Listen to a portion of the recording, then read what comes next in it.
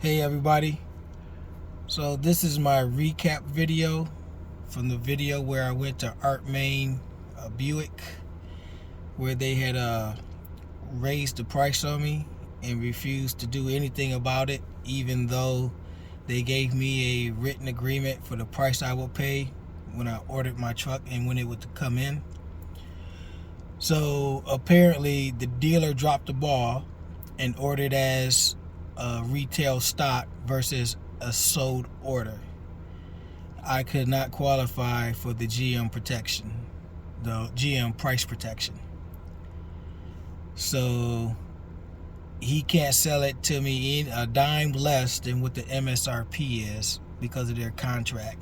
Even though I talked to GM customer service, they told me otherwise. They just didn't know what they were talking about. So I asked the guy, I still wanted the truck. I walked out on him Saturday, July 6th, when they told me they just wouldn't compromise at all.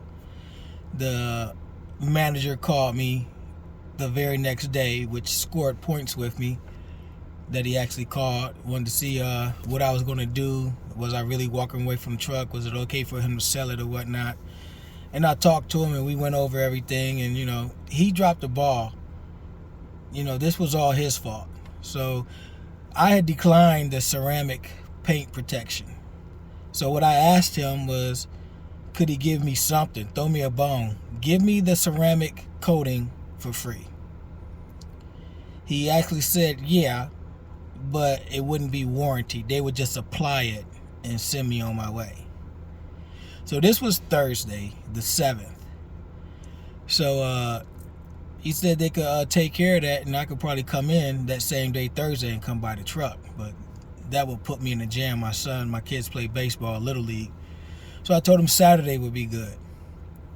So they contacted me Friday with little odds and ends. I got my insurance for the truck. I got everything that we was going to need so I could just come in and do some signing, give them the down payment, and drive away. So I get there today, and the first thing I look at is the paint. I asked him, his name is Garth Teller from Chelsea Buick, Art Moehn. I said, how would I know that you guys actually put it on? He said, oh, the paint will be totally smooth, da-da-da-da-da. Plus, I knew I could just pour water on it, and if the water beat it, it was on there. If it did not, it wasn't. So I get there today, and they didn't even wash the truck, I don't think. There was all kinds of spots that I couldn't even rub out with my shirt and my finger. The same dirt that was on the bottom of the truck from rolling through dirt or whatever was still there.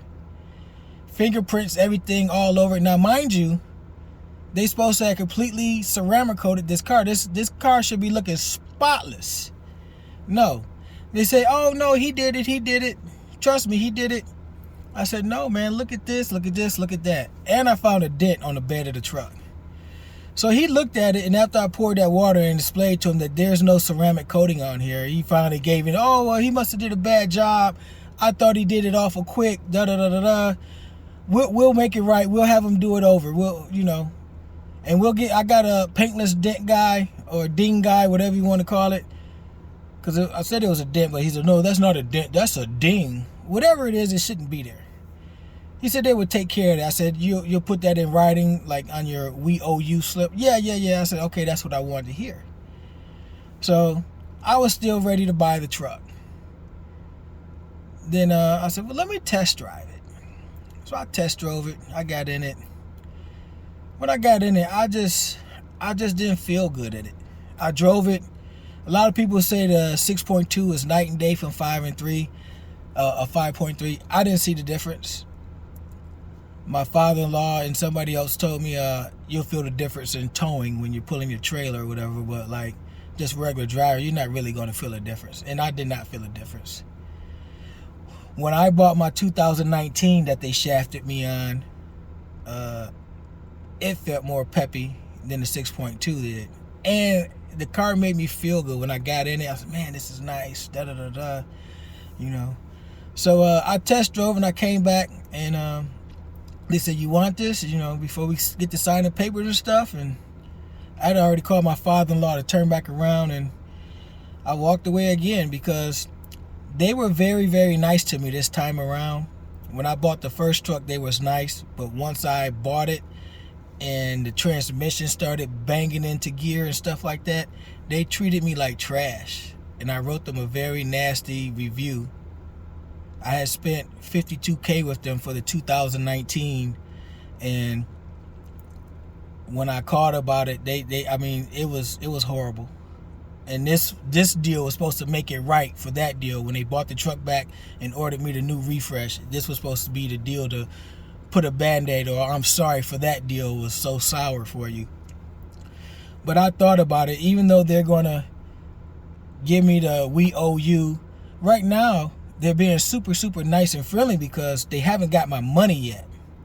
Once I sign those papers and drop that money down, I'm at their mercy, and I just anticipated them treating me like shit or garbage again, just really.